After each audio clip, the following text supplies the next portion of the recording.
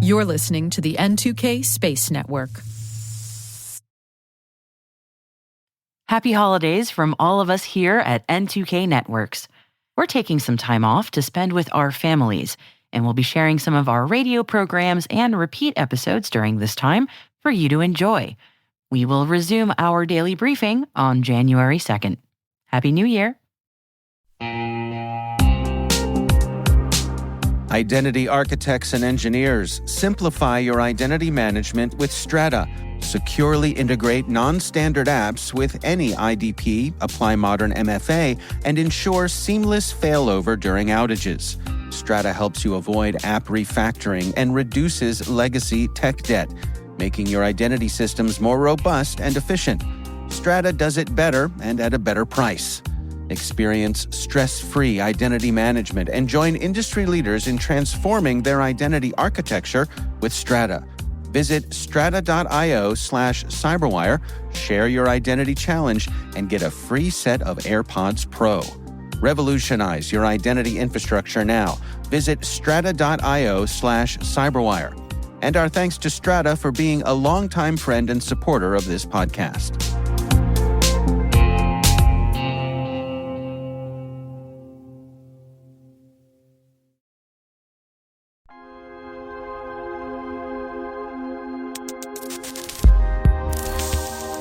Longtime listeners to this show know very well that the world is increasingly becoming reliant on space-based assets.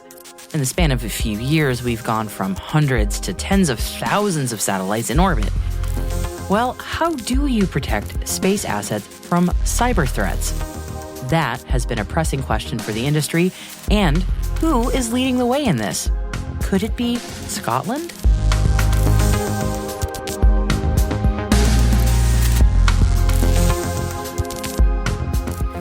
Welcome to T-Minus Deep Space from N2K Networks. I'm Maria Varmazes. Sharon Lemac-Vincere is an academic that focuses her research on the intersection of space and cybersecurity. She has released a report on space and cyber, which outlines how Scotland can lead the way in both industries. And there's more to come. I have produced 3 reports and one's already out. So that's the Cyber Safe Gateway, and that's looking at Scotland's space cyber potential. So really what I wanted to do was Scotland builds more satellites than anywhere else in Europe. And I wanted to see what opportunities there may be for cyber security, because it makes complete sense to me that if we're building and manufacturing satellites, then we should really be thinking about the cyber secure by design built into that. But actually, there was so much more potential that came out of that report in terms of Scotland's ability at for cybersecurity in the commercial space sector. And I think one of the nice things that I identified was that kind of historical or heritage to bake that in as well. So not just kind of thinking about the innovation and the commercialisation, but actually how do we make sure that it is truly Scottish, and what does that really mean? So that was interesting. So that report's available, and then there's a UK-wide one coming out hopefully next week, and a final report on women leadership, female leadership at the intersection of space cyber. So. Oh my gosh. Okay. That's amazing. That's not a small amount of work. So congratulations, first of all. That is a huge amount to get that done.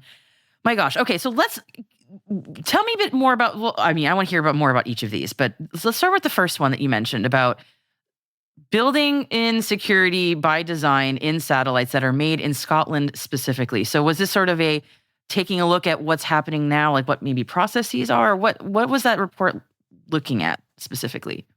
Well, the UK more broadly is predominantly an SME market for space, and we know that we've got a real issue in terms of how do we make sure the space sector is secure globally.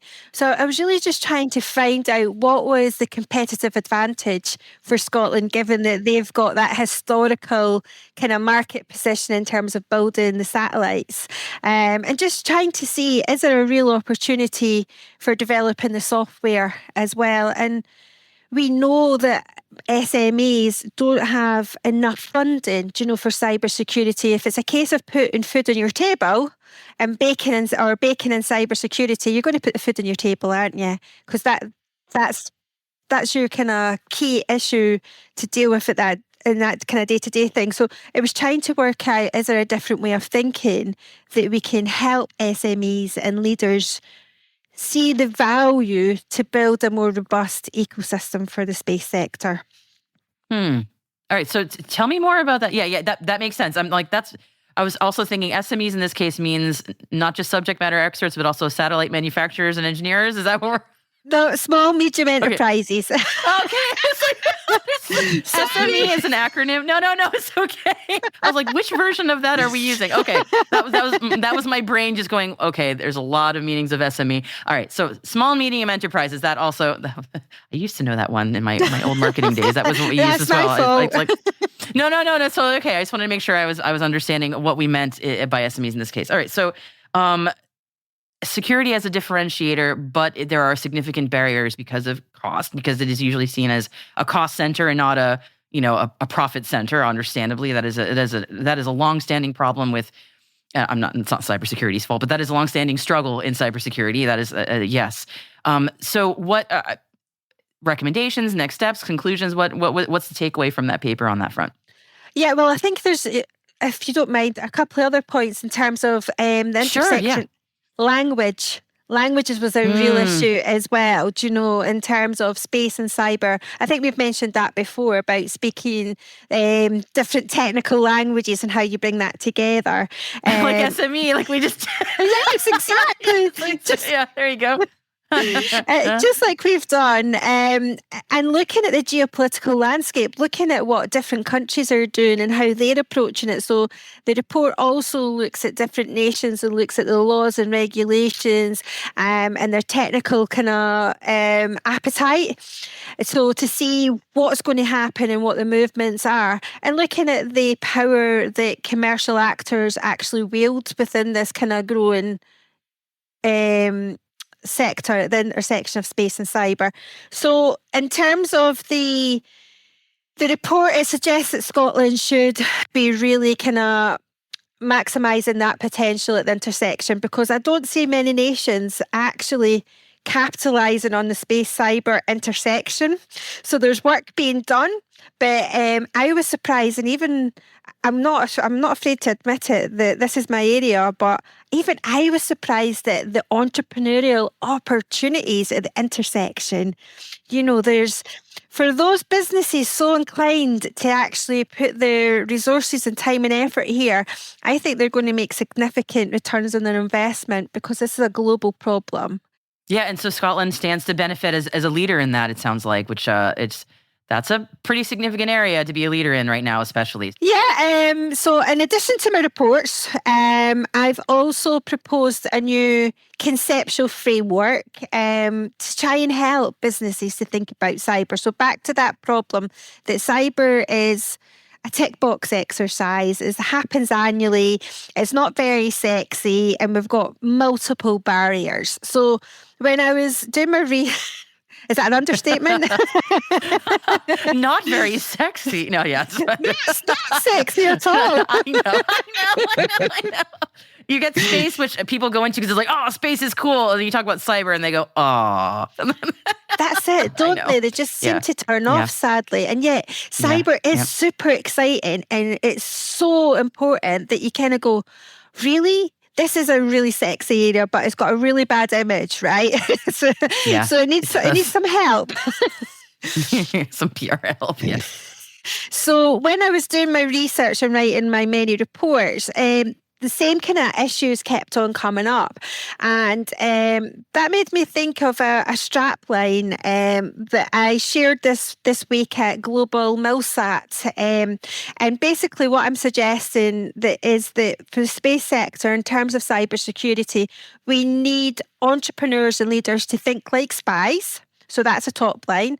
So think like spies, look at the horizon, scanning, look in the gaps, look in the blind sides, and start to think about what is the next type of threat vector that we're going to have to face in the kind of space domain, and what kind of approaches can we do to develop products and services that help address that. So we need people in cyber to think like spies.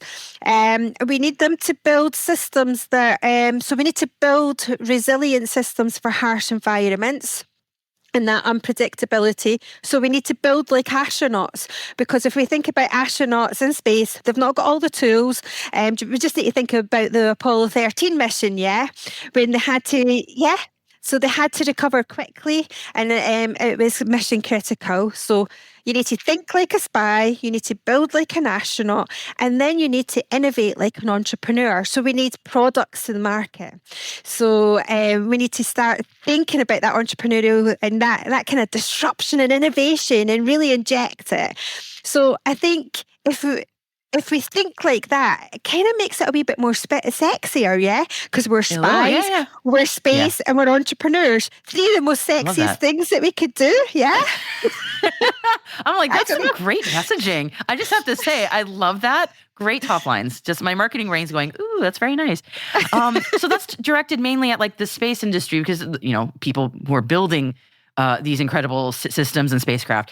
I'm just curious, do you think the cybersecurity industry is ready to support the space industry in the way that the space industry needs? Like, do we think that they understand the space industry's challenges, or is it still just sort of, again, that two different languages situation? Yeah, You're shaking your head no. Yeah, I genuinely don't think cyber fully understands space, right? However, as I've said by my reports, the pure entrepreneurial potential, right? So if we're talking about, follow the money, right? Or money talks. If you're a cyber professional, getting to understand space, you're guaranteed to make quite significant sums, in my opinion, right? Because the space sector is only going to grow. And in terms of, we think about even the dual nature in the military, the attacks in space are so significant and so important that if you were to be able to develop the products and services to help protect space assets from cyber attacks, you're on to a winner, in my opinion, right? So if you follow the money, I think cyber professionals should be thinking about that. And then if we make it sexier and more engaging, so we say, well, we need people that are think like spies and build like astronauts and innovate like entrepreneurs, and we make it that gateway that it becomes a really sexy intersection, and it's got the kind of evidence base and the money behind it, to me, it's a no. Why would you not want to be doing it? Yeah, no, I'm with you on that. I love this intersection of all. I love it. It's such a fascinating place to be. And it's also, just to get a little woo, I guess, for lack of a better term, the cultural meshing is just fascinating to sort of watch that happening in real time, because that has to happen too. But anyway, I know, but we're talking about like the business capabilities and technical capabilities and technical understanding from two very complex worlds that need to mesh more. And it's just really, I envy you, Sharon. You're at the coolest place that you get to just be in that. You really are. and to be able to think differently, because it's kind of a blank slate, at the intersection. So that's why I think it's dead cool for other people to join. We've not got enough people that are working in this space, but there is a blank space there that you can really kind of put your mark there. So I think that's really exciting for a professional as well, to be going, well, actually, that's where I want to be. So so that's it's a new conceptual framework, and it builds on, I'm not going to bore you to tears, but it pulls on academic theories and a strong evidence base. So there's robustness underneath that. But for those that don't need to understand the theoretical frameworks in that, I think the top line is quite catchy, in my opinion, and hopefully that'll encourage people to explore more.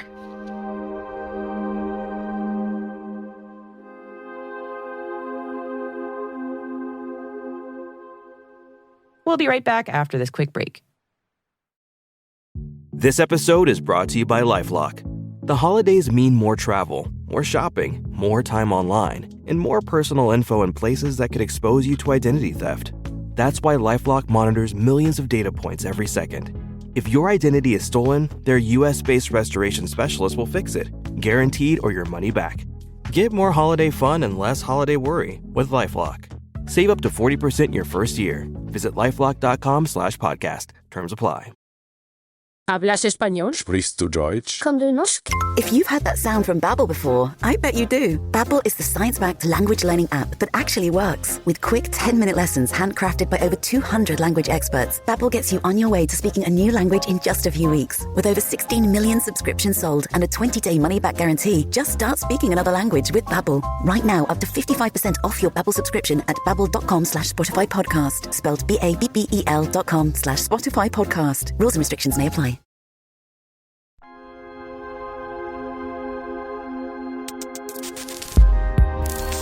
I'm wondering, for folks in the space industry who want to build better, build more secure by design, what's their next step? Is it a matter of just hiring a cyber person or cyber team, or is this something that they have to build their own expertise internally? Is it working with a vendor? I imagine it depends a lot on what you're doing, but what is the path there? Well, it's interesting, and I think although I'm talking about entrepreneurs in the commercial sector, I was at MilSat where I was speaking this week, Global MilSat in London.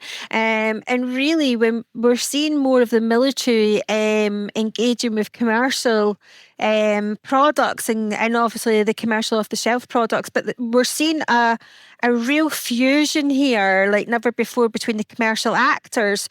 So I think it's really interesting to see how that's going to feed through the ecosystem. Back to your point, is it that you're looking for a cyber person? I don't think we have the skills. In fact, my report suggests that we don't. There's a massive gap, right? And we've got a war going on in terms of skills. And the people that understand space and cyber and understand that intersection are going to be really sought after. And I would suggest that the salaries, etc., are going to reflect that expertise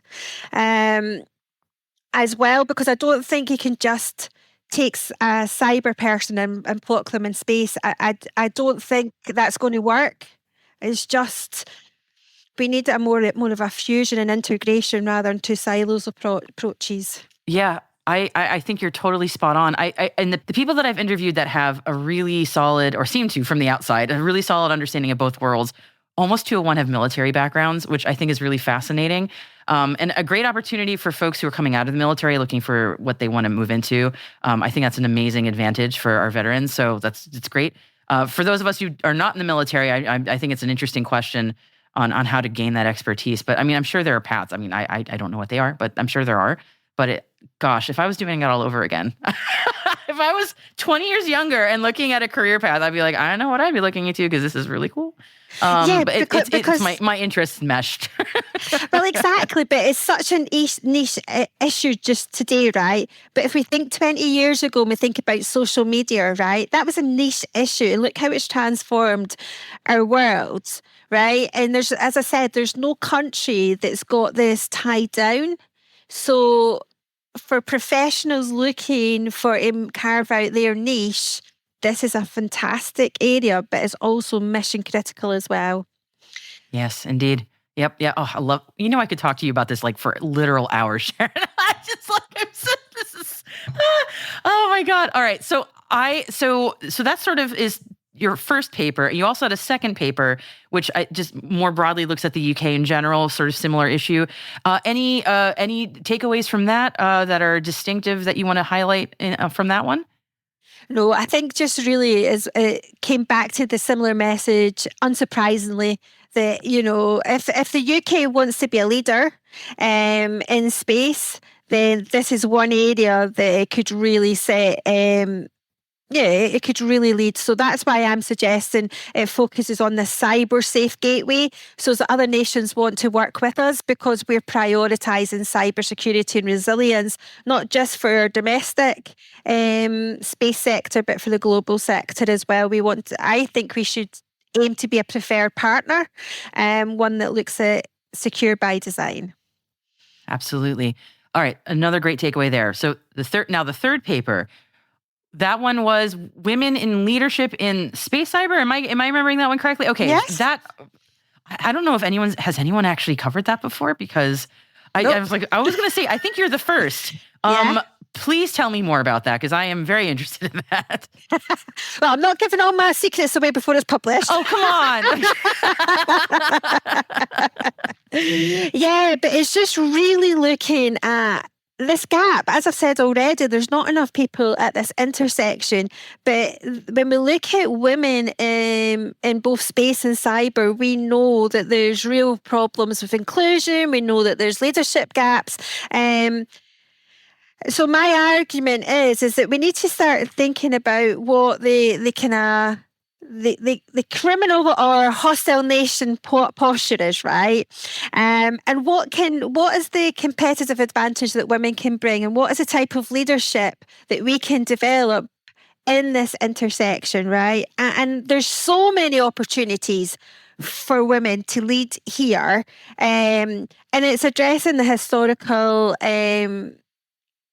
lack of inclusion in both sectors. So I'm basically suggesting, look, the sector needs disruption, right? At the intersection, we need disruption and we need new ways of thinking, and women are bringing a whole diverse strength to that intersection that we need to include them. So sorry, maybe that's a waffle, but no, it's quite all right. It's the ongoing struggles of trying to have more women in these areas, including in these areas, but also just in general, a lot of the very the areas where historically women have not often been in as much. I was an engineer for some years, and then I left, so I'm like, I'm part of the problem. I dropped out of that, which I always feel kind of guilty about that. But yeah, I know, but it's just always like, oh yeah, it's not nobody has like a silver bullet answer to this. This is such a complex mesh of so many factors that But yes, I'm so yeah. Yeah, and go ahead. The point I'm making as well is that this is not at the detriment or anti-male neither. It's about inclusion means that everyone wins, because we're challenging the norms so that everyone can help make their mark in this space. So it's very much, looking at leadership as well, because I want women to reach the highest levels in this intersection as possible. So that's that. I appreciate that. Well, I don't think I've read that one, so I would like to, if you don't mind, I would love to read that. That's so great. Sharon, you're amazing. Thank you just for talking to me yet again about all the amazing things you've been working on. Now I got to ask, what are you up to next? Oh, well, I've not even finished with my list. You haven't finished with your list? Oh my God, I thought there were 3. There's more than 3? Well, there's 3 reports and my new framework, but one of the also cool things is that I've put my tartan into a spacesuit, and it's the first tartan spacesuit. Did you see it? Oh my God. Did you share that on LinkedIn? I feel like you shared that on LinkedIn at some point. Yeah. Okay. So I know what you're talking about, but the listeners might not. So yeah, tell me more. So at the start of the year, I registered my space tartan, Vincere ad Astra. And I've been looking at this. How do we curate the space heritage in Scotland, and what does that mean mean for Scotland as it's emerging as a space sector? So I took my tartan and I've created a tartan spacesuit. So amazing. I love that you did that. I just really love that you did that. You went the extra steps to make that happen. It's so great. So I'm hoping to have it in production. So I'm hoping to have the spacesuit ready in 2025. Where will I be able to see this spacesuit once it's made? Because I need to see it badly. Oh, I'm hoping that it will be traveling to space conferences in 2025. That's the plan. I cannot wait to get my photo with your spacesuit. I can't even begin to tell you. Neither. Oh my gosh. Yeah, that's so great. I love that so much. Is there a mock-up of that? Did you do a mock-up? Maybe you did. Yeah, we'll have to put a link to that in the show notes because it's really am I imagining that or did you have a mock-up of this? Yeah. Oh my god. So spacesuit, tartan spacesuit, Tartan spacesuit. Tartan spacesuit. Okay, so because you're always busy, what are you working on next? Yeah. What am I working on next? No, really, it's just academic papers now, just sharing the theoretical work and, as an academic as well, my many bows, we've got to obviously write our academic journal. So that's what I'm going to be hibernating for the next few months and writing my journals. Oh, fun times. Hibernating for the winter. I get it. Oh, bless it. Yeah. Well, I wish you all the best on that. My dad was a professor many years ago, so I remember it well. So, yeah, it's a lot. So I wish you all the best on that. Thank you. Sharon, I love talking to you like anytime. So please, when you have more exciting things to share, please come back. Because I will happily chat with you anytime. So thank you, Maria. And can we remember people to think like spies, build like astronauts, and innovate like entrepreneurs?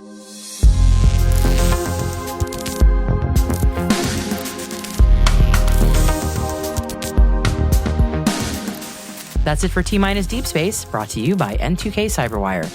We'd love to know what you think of this podcast. You can email us at space@n2k.com or submit the survey in the show notes.